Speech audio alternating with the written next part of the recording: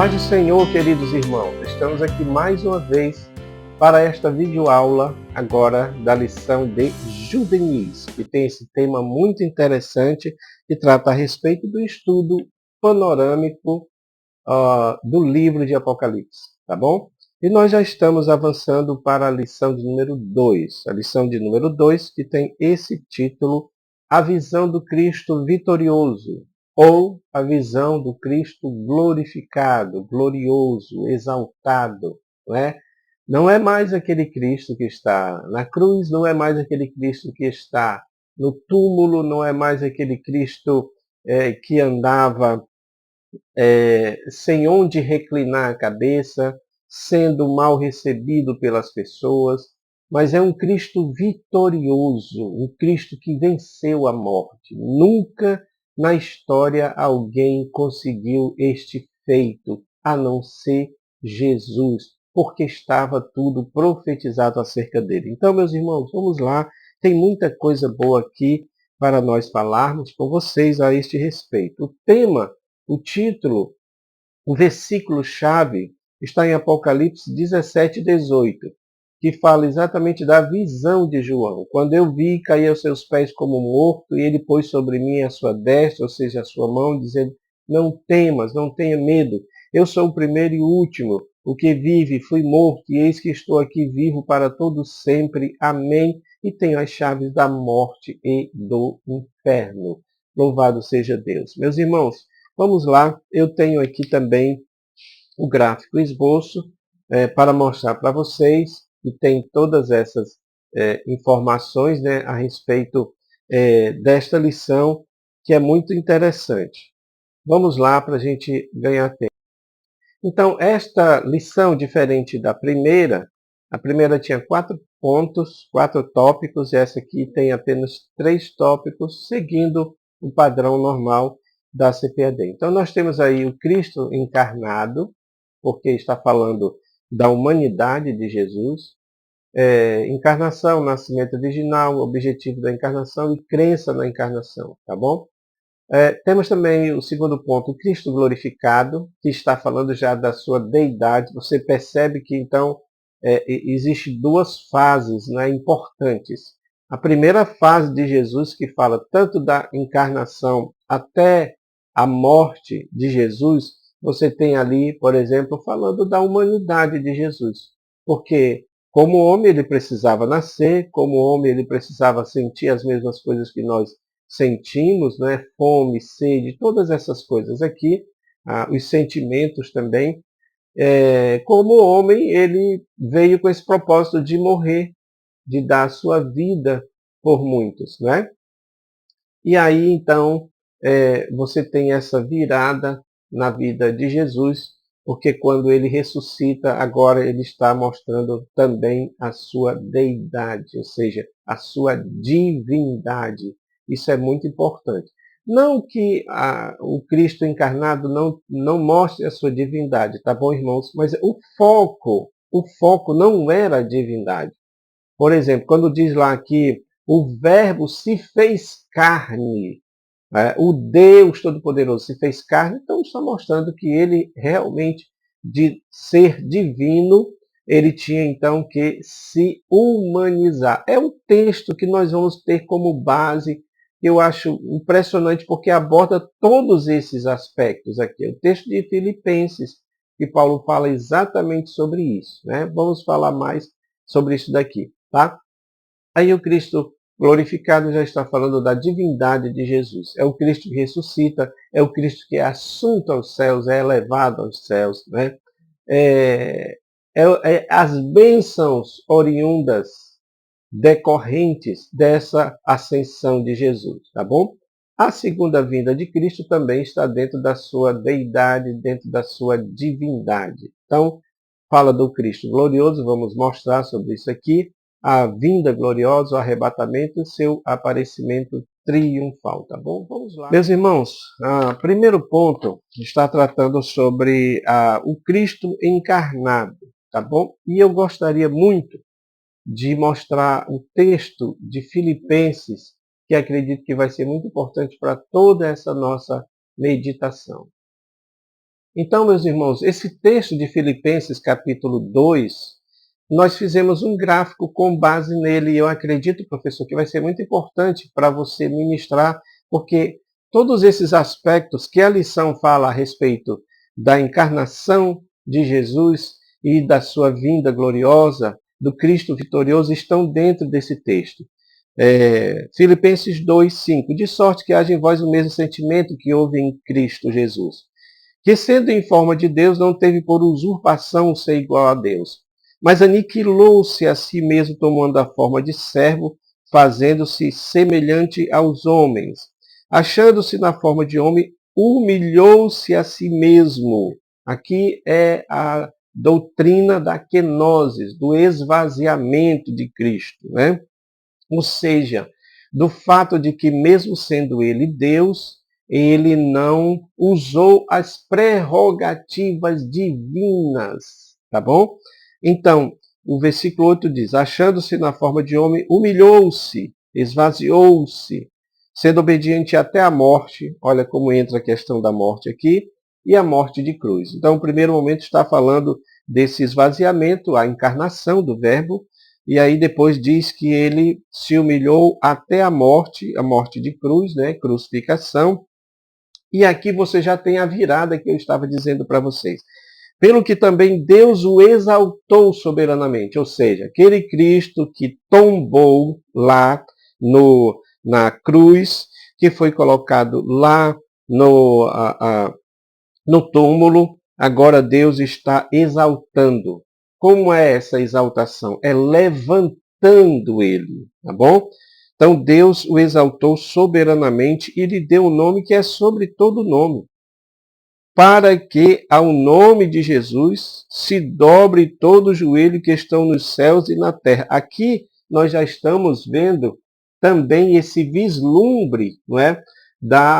Do retorno glorioso de Jesus, porque isso aqui tem paralelo com o que está lá no Apocalipse, quando João diz que não é? Todo olho vai ver o Senhor na sua vinda gloriosa, tá bom?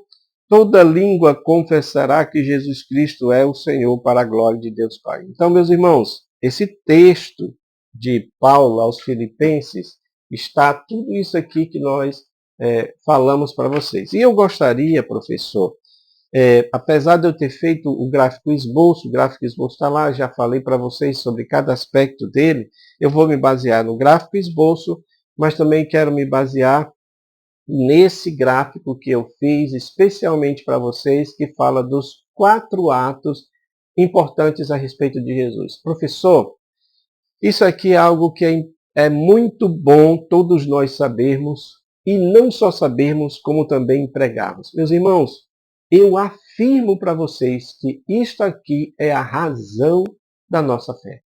Isto aqui é o motivo pelo qual nós aceitamos a Cristo. Essas 4 coisas, esses 4 atos, eu chamo também de pilares, eu chamo também de colunas, porque toda edificação, toda construção precisa ter colunas para que se firme a estrutura daquela construção, tá bom?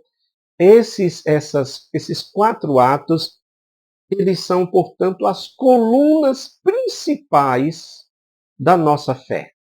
E essas colunas, esses atos, esses acontecimentos, esses fatos a respeito de Jesus, eles estão completamente interligados, interconectados. Se tirar um deles, todos os outros caem. Portanto, se também aceitarmos um, aceitamos todos os demais. Tá bom? Professor, isso é muito importante.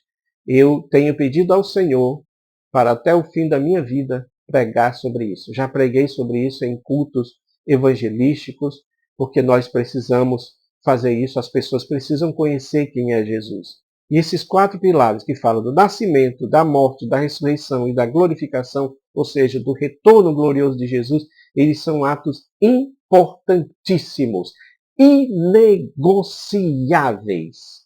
Tá bom? Pode ter muita gente aí dizendo que é cristã, pode ter muita gente aí dizendo que aceita a Cristo da sua forma, mas se eles deturparem, se eles distorcerem esses 4 atos, esses 4 acontecimentos da vida de Jesus, você pode descartar esta pessoa, esta igreja, esta filosofia, porque de fato está indo contra o cerne do evangelho, meus irmãos. É importante a gente entender isso, tá? Então, olha só. Primeiro ponto está falando aqui da encarnação, tá bom? Você lembra que o texto fala sobre isso aqui, ó? Jesus, em forma de Deus, não teve por usurpação ser igual a Deus. João nos informa, no seu primeiro capítulo, né, dizendo o seguinte: no princípio era o Verbo, existia o Verbo. E o Verbo estava com Deus. Só que ele não só estava com Deus, ele era Deus. E o Verbo habitou entre nós. E vimos a sua glória como a glória do unigênito do Pai. Ou seja, o Verbo se tornou Emmanuel, ou seja, Deus conosco. Mas esse Deus conosco estava em forma humana, porque Deus não poderia aparecer para os homens na sua forma plena, visto que ninguém conseguiria ficar vivo diante da presença real do Deus Todo-Poderoso. Então o que ele faz, meus irmãos? Ele se humaniza, ele se encarna, ele se torna carne. E não só isso, mas nesse texto que nós lemos de Filipenses, diz que ele se esvaziou a si mesmo, tomando a forma de servo. É aquele outro texto que diz que ele desceu às regiões mais inferiores da terra. Tem esse sentido também. Ou seja, ele é o Altíssimo, ele é o Todo-Poderoso, ele está acima de tudo e de todos, mas ainda assim esse mesmo Deus desceu. Esse mesmo Deus se humanizou. Esse mesmo Deus se esvaziou da sua divindade. Não quer dizer que ele deixou de ser Deus, tá bom, meus irmãos? Não tem essa história, 50% homem, 50% Deus. Ele é 100% Deus, 100% homem. Porém, aqui na Terra, ele não poderia se utilizar dos seus atributos da divindade. Por quê, meus irmãos? Porque ele tinha que cumprir o plano da redenção. E o plano da redenção exigia que fosse um ser humano que morresse. O cordeiro que morria lá no tempo da lei, dos sacrifícios, era um cordeiro terreno, não era um cordeiro divino, era um cordeiro terreno. Um cordeiro que veio para morrer por toda a humanidade tinha que ser um cordeiro humano, sujeito às mesmas coisas que nós, passando as mesmas coisas que nós, os mesmos problemas que nós, sentindo dor, sentindo sofrimento. Aliás, a Bíblia diz que ele era um homem de dores. Então, isso está falando da humanização de Jesus. Ele era humano e tinha que ser para nos dar o exemplo. Porque senão, nós poderíamos dizer o seguinte: bom, mas ele venceu porque ele era Deus. Eu encontro pessoas até hoje dizendo isso. Jesus venceu o diabo lá na tentação porque ele era Deus. Atenção, isso é uma falácia. Por quê? Porque a Bíblia diz que Deus não pode ser tentado por ninguém. E quem foi tentado lá no deserto foi Jesus, o homem, não foi o Deus. Do mesmo jeito que Deus não pode morrer. E quem morreu na cruz? Foi Deus? Não. Quem morreu na cruz foi Jesus, o ser humano. Meus irmãos, eu estou falando aqui, mas entenda, professor, isso é toda uma discussão teológica que vai falar sobre a união hipostática de Jesus, das duas naturezas de Jesus, natureza humana, natureza divina. Essas coisas você tem só um vislumbre delas, tá bom? É humanamente impossível você entender tudo isso na sua plenitude, porque a nossa mentalidade, o nosso pensamento, o nosso raciocínio é extremamente limitado para entender essas coisas. Então nós só sabemos esses vislumbres. Sabemos que ele se humanizou, sabemos que ele se tornou carne, sabemos que ele se tornou servo. Por isto que ele vai e lava os pés dos discípulos. Você se lembra disso? Pedro não quis que ele fizesse isso, mas ele disse: eu tenho que fazer isso para dar um exemplo para vocês. E vocês depois vão fazer isso também. Olha, por que Jesus se humanizou? Por que Jesus morre na cruz, meus irmãos? Porque também nós precisamos morrer com Cristo. Então veja, a morte de Jesus é esse segundo ato importantíssimo a respeito do Senhor. Tá? Aqui nós temos alguns objetivos da encarnação. Cumprir a promessa de Deus a Davi, porque ele tinha prometido um sucessor a Davi, tá bom? Aí eu pergunto, onde é que está o sucessor hoje? Não existe um sucessor de Davi lá no trono de Israel, lá na presidência de Israel, reinando com poder, reinando com autoridade. Nós estamos vendo o que está acontecendo entre árabes e israelenses, tá bom? Por que que isso é assim? Porque o Cristo verdadeiro, o descendente de Davi, ainda não está no trono aqui na terra, reinando a partir de Israel. Ele está reinando num trono excelso, excelente, exaltado, mas ele virá. Por isso que nós estamos falando da glorificação do Cristo vitorioso, tá bom? Outro ponto, exercer seu ministério, seus ofícios, né, de profeta, sacerdote e de rei. Ele era um rei sacerdote. Ele é o rei sacerdote. Ele está reinando e está ao mesmo tempo também como sacerdote. Por quê? Porque, segundo Hebreus, ele vive para interceder por nós. É assim que Jesus está, tá bom? Intercedendo por nós. Meus irmãos, outro objetivo, manifestar o amor de Deus a todos os homens, tá? Porque Deus precisava enviar aquilo que era mais excelente para ele, que é exatamente o seu próprio filho. Não há amor maior do que este, do que dar a vida pelos seus irmãos. E foi o que Jesus fez. E é por isso que ele nos dá o exemplo também. Paulo começa esse texto dizendo que tenham vocês o mesmo sentimento. Irmãos, tudo isso daqui, a encarnação, tudo isso daqui é o exemplo em Jesus. Jesus é a referência para que nós sigamos esse mesmo exemplo, tá bom? Olha aqui, ó. Outra coisa que Jesus veio desfazer as obras do diabo. A encarnação foi para desfazer as obras do diabo. Você se lembra que o homem perdeu o debate com Satanás lá no Éden? Pois bem, só que aquele era o primeiro Adão. O segundo Adão, que é Jesus, venceu o diabo na cruz do Calvário. Ele tinha que vir dessa forma, de uma forma humilde, de uma forma simples. O primeiro Adão queria se exaltar. Ele gostou, né? Eu estou falando de Adão, claro que Eva, porque eles eram seres humanos, né? E começou com Eva, mas Adão também adquiriu, absorveu o pecado que começou ali com Eva, né? Mas aí Jesus veio para reverter essa situação. Aqueles primeiros seres humanos ali perderam a batalha com o diabo, porque queriam exaltação, aceitaram a ideia do diabo. Você vai ser igual a Deus, conhecedor do bem e do mal. E Jesus não, Jesus se esvaziou. Olha o contrário, ele não usou as suas prerrogativas divinas, mas ele se esvaziou de si mesmo. Tá? Meus irmãos, professor, você pode dar um exemplo muito interessante. O esvaziamento de Jesus, meus queridos irmãos, é como aquela ideia do rei, tá bom? Que tem a sua coroa, que tem a sua veste real, que tem o seu cetro, que tem todos os aparatos do rei, do seu reinado, tá bom? Da sua monarquia.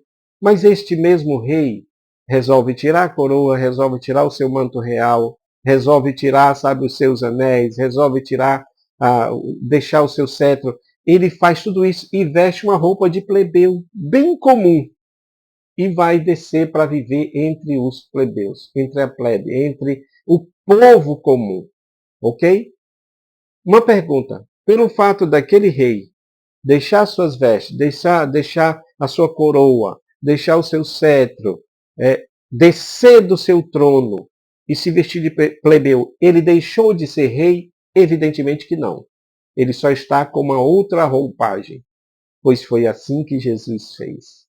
Ele deixou a sua divindade, o seu reinado, melhor dizendo, tá bom? a sua divindade no sentido de não utilizar a sua divindade, porque é isso que ele está dizendo aqui. Esse texto de Paulo diz isso.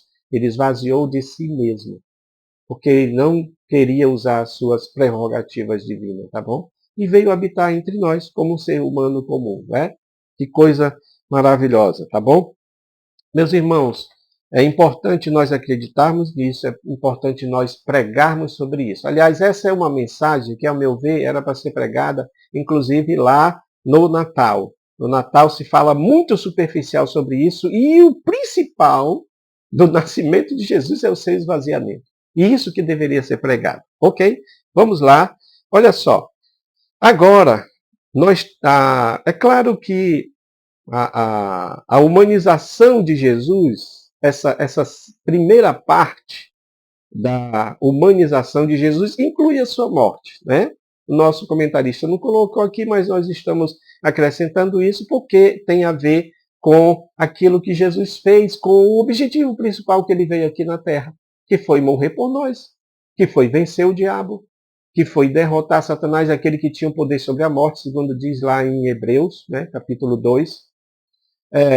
Aí diz assim, ó, o texto, continuando o texto, né, de Filipenses. E achando na forma de homem, humilhou-se a si mesmo, sendo obediente até a morte e morte de cruz. O que quer dizer essa obediência, meus irmãos? Quer dizer que ele veio cumprir o propósito de Deus.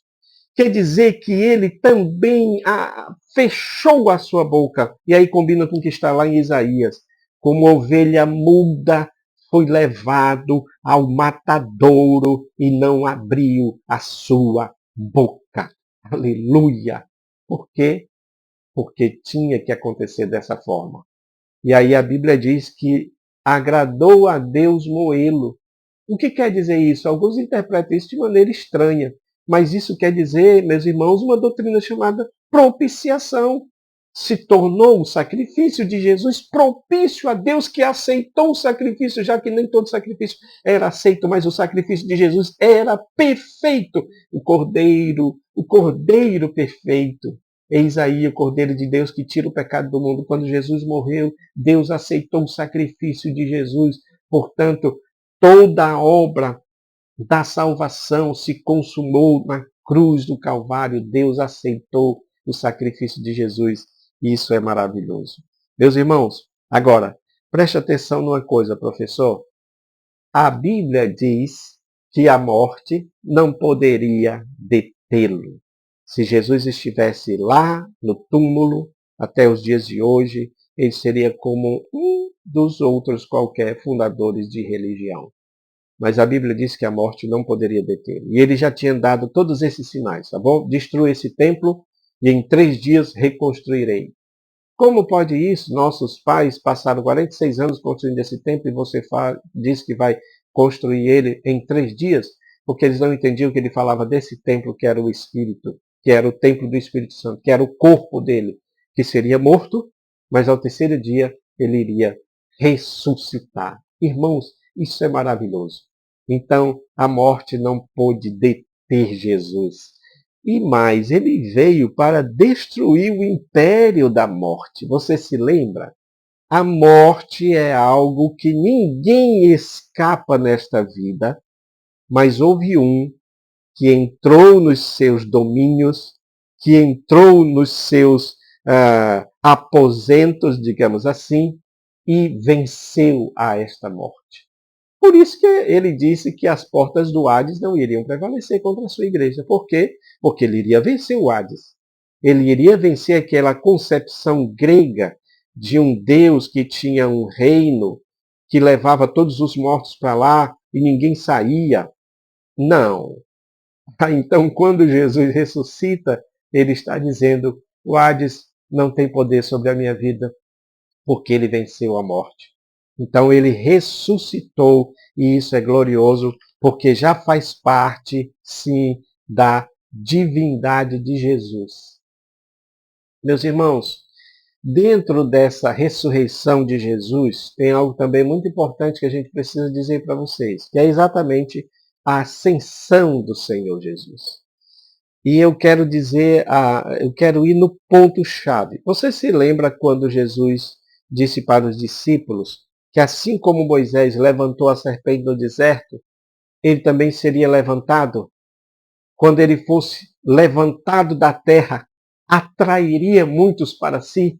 Glória a Deus, é exatamente isso. Quando ele fosse levantado da terra, por meio da ressurreição, por meio da exaltação, por meio da ascensão, ele atrairia muitos para si. Isso tem dois sentidos, é um duplo sentido, tá?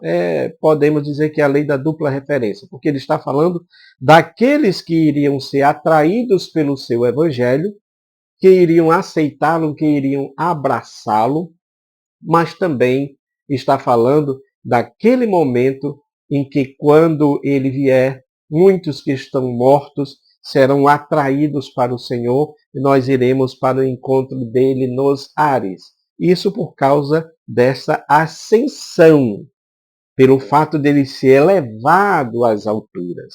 E é importante isso porque os discípulos ficaram com aquela ideia, mas será que vai ser assim? E eles ficaram olhando para o céu, ficaram atônitos. Eu imagino que muitos pensamentos estavam ali, né, povoando a mente dos discípulos. É quando os anjos vêm e diz para ele: o que é que vocês estão olhando para o céu? Esse mesmo Jesus que vocês viram subir, ele voltará outra vez. Olha só, os anjos, na ascensão de Jesus, já expõem aí, já aproveitam essa deixa para dizer que ele iria voltar, que é o retorno glorioso dele.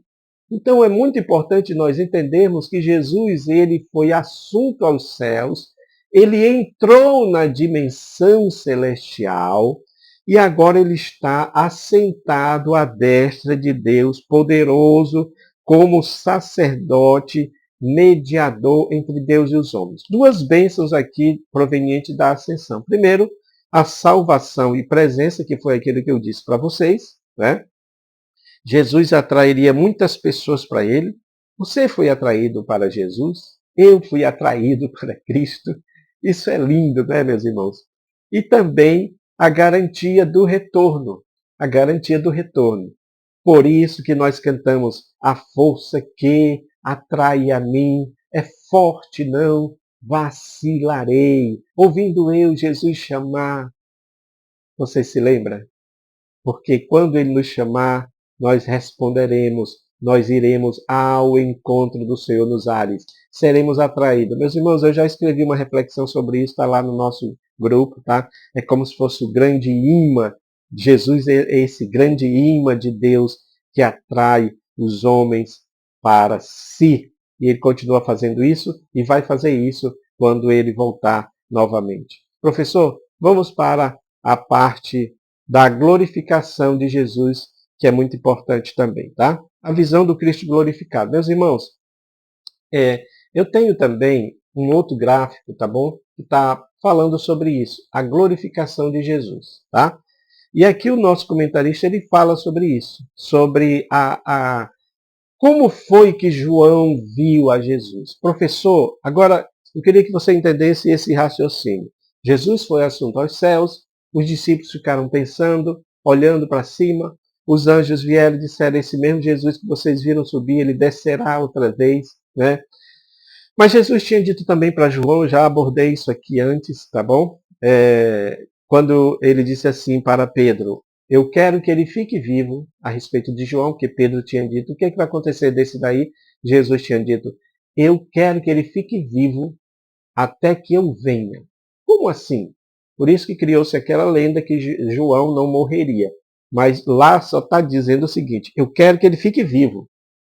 Não explica isso, só diz: eu quero que ele fique vivo até que eu venha. Então, se diz até que eu venha, é porque ele iria morrer. Mas ele só morreria quando Jesus viesse para ele, que foi exatamente o que acontece no Apocalipse. Então, a revelação, meus irmãos, de João, de Jesus no Apocalipse para João, nada mais é do que o cumprimento daquilo que Jesus disse para eles quando estava em vida. Eu quero que ele viva até que eu venha. É quando Jesus se apresenta. É quando Jesus se revela. Aliás, o nome do livro Apocalipse é isso, revelação. Revelação de Jesus Cristo, ou seja, descortinação de Jesus. Ou seja, Jesus agora vai mostrar quem ele é na sua glória, na sua plenitude. E é isso que João vê no primeiro capítulo, tá bom? Esse gráfico aí, a visão do Cristo glorificado, mostra tudo isso. Eu vou passar aqui rápido por causa do tempo. Isso aqui, uma pregação, meus irmãos, talvez de 40, 50 minutos não dê para falar tudo isso. Olha, quais são as características desse Cristo que João vê, não mais morto, não mais, sabe, crucificado, não mais no túmulo, mas ressurreto, glorioso, exaltado, poderoso, para exatamente interceder pela sua igreja. Olha aqui, ele é semelhante ao Filho do Homem, porque está falando da sua humanidade, tá bom? Ele tem ele é vestido com vestimenta comprida, linho finíssimo, porque está falando do sacerdócio dele, já que os sacerdotes se vestiam dessa forma, tá bom? Ele é o nosso sumo sacerdote. Ele está intercedendo por você, por essa causa, por esse problema, por essa dificuldade que você está passando. Ele está cingido com cintos de ouro, que também fala desse sacerdócio, essas duas coisas, né? O sacerdote também tinha, mas aqui o de Jesus é de ouro, porque está falando não só do sacerdote, mas do reinado. Ele é o rei sacerdote, tá bom? Por dizer rei, nós entendemos que ele está reinando acima de tudo. Ele não é só sacerdote, mas ele é rei. Ele pode dar uma palavra, ele pode comandar, ele está no domínio, no comando de todas as coisas. Os cabelos dele são brancos como a neve, porque expressa sabedoria, né? Expressa a vida de alguém que é experiente. Esse mesmo personagem, com algumas dessas características, é visto lá em Daniel. Daniel vê isso e ele chama de ancião de dias, ou seja, alguém com os cabelos brancos expressando experiência, tá bom? Que por conseguinte também nesse caso aqui é aplicado para eternidade e pureza, ok? Os olhos de Jesus são como chamas de fogo. O que está falando disso? De onisciência divina, de conhecimento pleno. Jesus está no meio dos castiçais. Esses castiçais é a igreja. E ele está olhando tudo o que acontece no meio da igreja, entre as pessoas. Não só isso, mas no coração das pessoas. Tá bom? O olhar de Jesus é penetrante. Por isso que ninguém engana o Senhor. É importante. Não só isso, essa é a parte exortativa, mas também a parte consoladora é que ele conhece todos os nossos problemas e é alguém que pode nos ajudar nos nossos problemas, nos nossos dilemas, aqueles mais interiores, tá bom? Olha aqui, ó. Os pés dele é como bronze reluzente, porque fala de vitória, de sofrimento e de vitória, né? De sacrifício, porque remete lá à pia de bronze, onde era feito os sacrifícios, ok? A voz dele é de muitas águas, porque fala de uma voz abrangente, de uma voz poderosa. É como se a voz de Cristo ecoasse. Né? Eu imagino algo assim fantástico. Porque você está me ouvindo aqui, mas você está ouvindo só um tom de voz. Mas a voz de Cristo ecoa. A voz de Cristo, ela vai passando acima de todas as coisas. Tá? Na sua destra ele tem as 7 estrelas, que é uma das lições que nós vamos ter. Significa dizer que as 7 estrelas são os anjos das igrejas, então significa dizer, o número 7 está falando da plenitude de Deus, então está falando da igreja plena, está falando da igreja espiritual de Cristo, tá bom? Então isso mostra, meus irmãos, que ele, Jesus, tem na sua destra, na mão direita, as 7 estrelas, que significa a igreja. Atenção! Toda a igreja do Senhor está viva e triunfante até hoje, porque o Cristo tem ela nas mãos. Como é a sua igreja? A nossa igreja aqui é a Assembleia de Deus, mas ela tem um nome, Assembleia de Deus, Congregação Rocha Eterna. Sabe por que a Rocha Eterna está viva até hoje? Sabe por que a Rocha Eterna ela persiste até hoje? Porque existe um Cristo que tem ela nas mãos, seus membros nas mãos. Sabe por que a igreja passou por 2000 anos perseguições terríveis, sendo jogada ao Coliseu, sendo jogada aos leões, sendo jogada na fogueira, no óleo quente? Sabe por que ela sobreviveu a toda aquela idade das trevas, o diabo fazendo de tudo para destruir a igreja, e ele não conseguiu, porque existe um que está segurando a igreja. Esse é Jesus. Por isso que é uma tristeza quando a gente vê líderes dizendo: a minha igreja, a igreja não é dele, a igreja é de Cristo. Cristo é o dono, Cristo é quem sustenta. Você viu isso aí na pandemia. Os pastores, os líderes ficaram sem saber o que fazer, porque foi algo que abrangeu a todos, atingiu a todos. Mas por que a igreja sobreviveu, mesmo tendo muita gente morta, dos nossos irmãos? Porque tem um que está segurando a igreja, que está sustentando a igreja. E este é Jesus, tá bom? Olha aqui. Também da sua boca sai uma espada de 2 fios, que significa o julgamento da palavra de Deus. Ele é o Logos, ele é o verbo vivo. E é interessante, meus irmãos, que é esta espada que aparece lá no capítulo 19, que sai da sua boca para destruir as nações, para destruir o anticristo que está dominando. Por isso que Jesus vem com poder e com glória. E isso está de acordo com o que diz a palavra de Paulo quando diz lá que Jesus destruirá o anticristo com o sopro da sua boca, ou seja, com a palavra que sai da sua boca. Irmãos, que coisa, que cena maravilhosa. Você já imaginou isso, professor? O anticristo talvez usando as suas armas nucleares, mas Jesus usando apenas o sopro da sua boca para destruir todo o poder do mal. É assim que cremos, é assim que pregamos. Olha, meus irmãos, para encerrar, João não consegue vislumbrar o rosto de Cristo e eu acho que é por isso que ele cai, assim como também os discípulos, tem uma parte dos evangelhos sinóticos que eles caíram também, diante da glória, diante da Shekinah, diante da luminosidade, da luz de Cristo que sai do seu rosto, brilhando como o sol ao meio-dia, tá bom? Por isso que eles caem. E é por isso que ele também cai como morto. Mas aí Jesus toca com a sua destra e diz: não temas.